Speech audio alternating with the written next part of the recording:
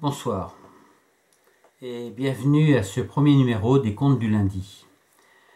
Nous allons chaque semaine travailler sur un sujet de litige entre les banques et leurs clients. Aujourd'hui, le dossier que nous allons étudier concerne le crédit mutuel de la caisse de Laval à Venières dans la Mayenne. On peut se demander si une banque peut vous saisir vos biens sans raison, à tout moment, et les vendre au prix où elle veut. Pour les grandes banques commerciales, BNP, Société Générale et autres, c'est impossible, il y a des procédures. Par contre, pour les banques mutualistes, et notamment pour le crédit mutuel, il existe une clause dans les statuts qui permettent au président et au conseil d'administration de ruiner totalement un sociétaire, même sans raison. Les raisons, ils les trouvent, et quand ils ne les trouvent pas, ils les inventent. Et c'est cette affaire un peu extraordinaire dont je vais vous parler aujourd'hui. Un sociétaire de la Caisse de Crédit Mutuel de Laval a des affaires immobilières comme tout le monde, fait des opérations comme tout le monde, des opérations tout à fait évidemment légales et tout à fait normales, et il a un litige avec sa Caisse de Crédit Mutuel. Ce que j'en sais, il s'agit d'une question de réaffectation de fonds qui ont été faits arbitrairement par le Crédit Mutuel. Voilà. Un litige, on peut en avoir avec sa banque. C'est même normal dans le monde des affaires d'avoir des litiges. Et donc, ce sociétaire a fait appel à la justice pour trancher le différend. Il a gagné en première instance. Connaissant le dossier, ça ne m'étonnait pas trop. La banque a fait appel. La banque a perdu en appel. Il a gagné également. Certes, la banque avait légèrement diminué l'indemnisation, mais qui restait tout de même importante. Et actuellement, l'affaire est devant la Cour de cassation. Donc c'est une affaire judiciaire dont la justice est saisie. La justice va donc trancher.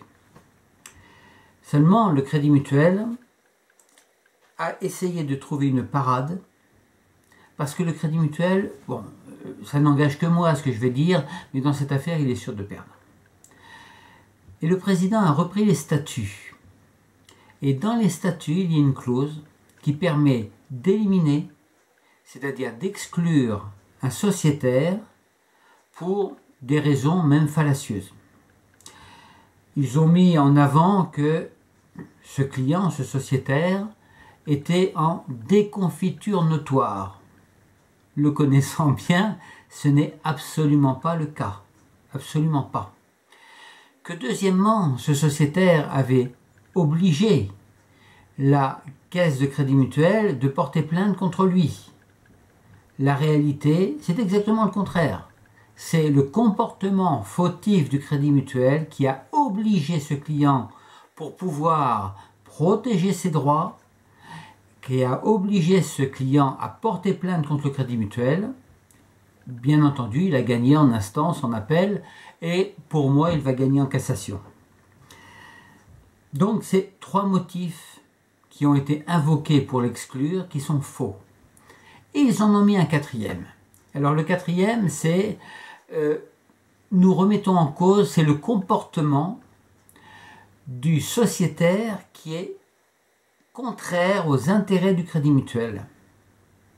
Alors que ce comportement de ce sociétaire est tout à fait dans le sens du Crédit Mutuel et tout à fait dans le sens de la protection des autres sociétaires. Et donc, ce sociétaire est exclu.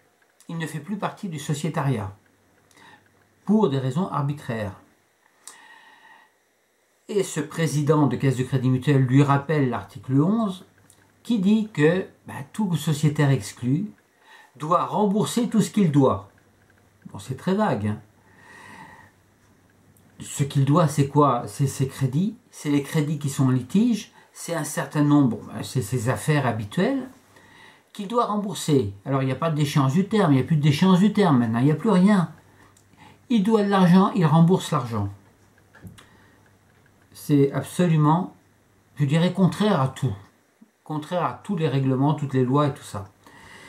Mais si on pousse le raisonnement du président, qu'est-ce qu'il a voulu faire? Il s'est dit, en jouant sur cette clause, sur cet article 11, effectivement, il sera obligé de vendre ses biens. Et comme il ne va pas vendre ses biens, le Crédit Mutuel va lui saisir. C'est-à-dire que ces biens qui représentent, je crois, de l'ordre de 400 000, mais là je ne m'avance pas trop, eh bien, ils seront mis en vente pour 150 000, 200 000 au bénéfice du Crédit Mutuel. Ainsi, le Crédit Mutuel qui avait perdu au tribunal et dont la cassation va prononcer, va confirmer cette perte, mais le Crédit Mutuel a essayé, en jouant sur les statuts, d'inverser la chose et de faire en sorte que c'est le Crédit Mutuel qui gagne et qui récupère tous les biens et toute la vie de ce sociétaire. Voilà, on en est là actuellement. Donc évidemment, le sociétaire, il y a une clause qui dit qu'il peut faire appel devant l'Assemblée générale, mais que cette clause n'est pas suspensive. Et donc la prochaine phase qui va arriver très prochainement, c'est que le président du conseil d'administration du Crédit Mutuel de Laval-Avenières va ordonner la saisie des biens. Évidemment, il peut le faire puisque l'appel n'est pas suspensif.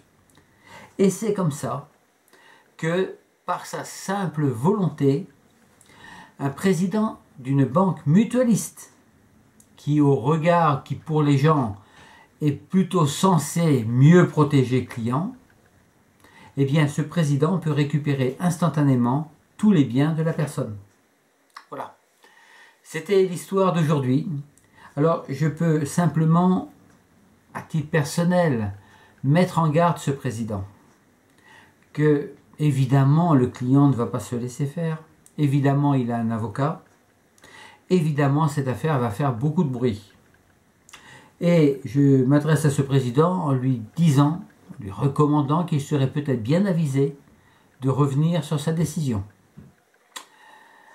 Enfin, moi, ce que j'en dis, c'est vous qui voyez. À lundi prochain. Au revoir.